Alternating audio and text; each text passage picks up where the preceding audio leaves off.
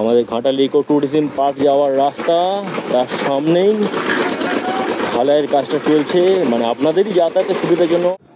এই মুহূর্তে রয়েছি ঘাটাল শহরে 13 নম্বর ওয়ার্ডের সাধুর বাঁধ সংলগ্ন অঞ্চলেতে। আর এই অংশে প্রচুর কিন্তু ডেভেলপমেন্টাল ওয়ার্ক চলছে। এই পাশে যেমন পলিটেকনিক কলেজ, ওই দিকে আবার পাম্প হাউস নির্মাণটা চলছে কয়েক কোটি টাকার। আস্তে আস্তে এগিয়ে যাচ্ছি, পুরো মোটো ভ্লগটা দেখতে আরম্ভ করুন। বেশ কিছু গুরুত্বপূর্ণ তথ্য আপনার সঙ্গে আজকে শেয়ার করব, সেই কারণেই সমস্ত ইউটিউব চ্যানেল এবং ভাষা বলে একটু প্রয়াস। সামনেও দেখতে পাচ্ছেন একটা বড় কনস্ট্রাকশন হয়েছে।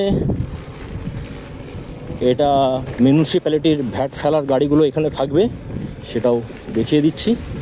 তো আস্তে আস্তে এর পাশ দিয়ে এগিয়ে যাচ্ছি। আর এইটা পুরো জলাভূমি ছিল, এখন যেহেতু শুষ্ক মরশুম পড়ে গেছে তো সেভাবে নজরে আসছে না, তো জলটা অনেকটাই কমে গেছে। তবে পারিযায়ী পাখি সেভাবে দেখতে পাচ্ছি না। আবার বলছি, পাশেই রয়েছে ঘাটালের ইকো ট্যুরিজম পার্ক। আর এই মোরাম রাস্তা কিছুটা দূরেই মিশে যাচ্ছে ঘাটাল রানীচক রাস্তায়।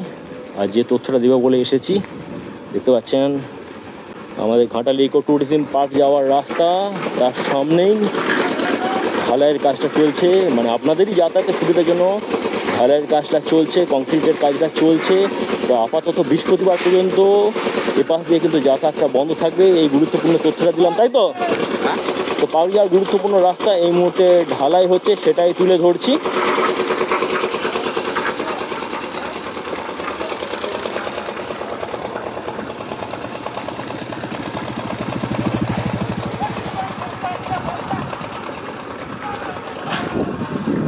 বন্ধুরা, ভিডিওটা এই পর্যন্তই।